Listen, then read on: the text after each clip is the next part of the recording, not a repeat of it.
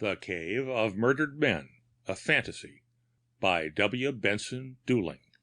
From Weird Tales Magazine, December 1924. Read by Dale Grothman. The Cave of Murdered Men by W. Benson Dooling. A chill, penetrating wind made the place insufferable for any but the dead. Wet, mossy substance clung to the rocky walls, floor, and ceiling. Several corked bottles of ancient wines lay on the rock-hewn table. Fungus and spider-like webbing almost concealed the jade green of the glass. Bats flew about, horribly shrieking and thudding as their insect-ridden wings struck against the mossy cavern walls. A speckled snake hissed a call of warning to a hunger-mad rat. The place was dedicated to, by, and for the dead. What life existed there was low life, starved life, pestilent life. The dead were there. The murdered men were there in a body. Men who had been poisoned. Men who had been hung. Men who had hung themselves. Men who had been cut by a saber or pierced by a rapier. Men who had dined with Borgia. They were all there, and there they must stay until their murders were avenged. They sat about the cave in pensive melancholy.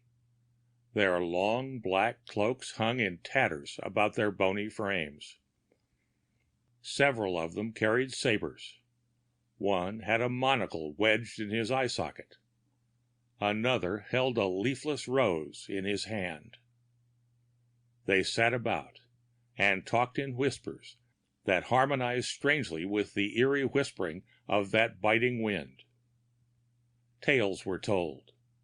Tales of blinded faith, tales of money left in trust, tales of stock markets, tales of roulette wheels, tales of love, and tales of mad orgies.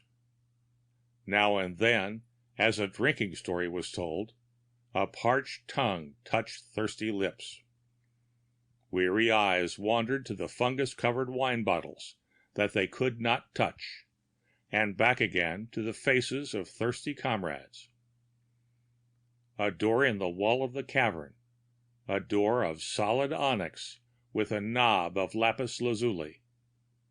The door to the outside world swung open. A figure entered and seated himself at the table. There was an expectant silence. After a moment he raised his head. There was sorrow in his eyes. "I have been avenged," he said. "I will go now. Another will take my place." He raised a bottle from the table, broke the neck against the rock with a long, sweeping motion of his bony arm, and drank deeply. "I drink," he murmured, "to your new comrade." He faded into nothingness. A figure rose and gathered his tattered cloak about him. The onyx door swung open. He nodded to his comrades and was gone. The light canoe bobbed up and down with the turbulent waters of the swiftly moving river. A pale, gray-haired man seated in the stern guided the frail craft as well as possible in the swiftly moving tide. He glanced over his shoulder to see if the Thing still followed him. It was there, true enough, a few yards behind. He paddled more fiercely. Would he never shake the Thing? It had been with him for the last month. It had trailed him through the streets of a big city. It had followed him when he sought relief from it and his thoughts to his country villa. It had stared over his shoulder when he played at cards. It had spoiled his putts on the golf course. It had laughed with him at the musical comedy. It had cried with him at the tragic opera. He did not know what or who it was, but he knew that it worried him. It bore 51 strange, abstract resemblances to the man he had murdered so many years ago.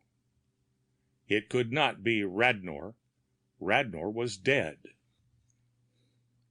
A kingfisher swooped low and away with a bright flash of color. An owl gave a melancholy hoot from the thick-foliaged shore.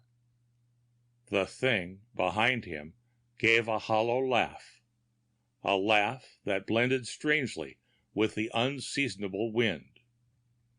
He raised his hand nervously to his hair. It had been glossy black 3 weeks ago.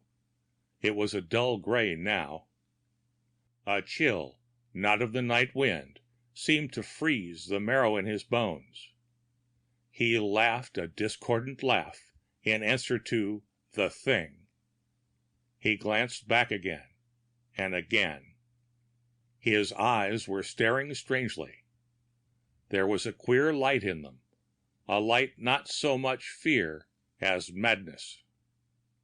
The thing was gaining on him. There was no doubt of that. Perhaps it would like a drink from the silver flask in his pocket. He would fool it. There was only enough for one. He would make for the shore. That was the thing to do. The bow of the light canoe turned gently to the right. In a moment, it was caught in the churning current. The man in the stern stood bolt upright. The canoe swirled round and round, then sailed out into space, over the falls, in a 50-foot drop to the angry rocks below. The man saw, just before he dropped, that the thing behind had gone. The onyx door swung open and closed again. A man in a tattered cloak walked to the table and seated himself. There was an expectant silence. He took a bottle from the table, broke the neck, and drank deeply. "I drink," he said, "to your new comrade." The end of The Cave of Murdered Men by W. Benson Dooling.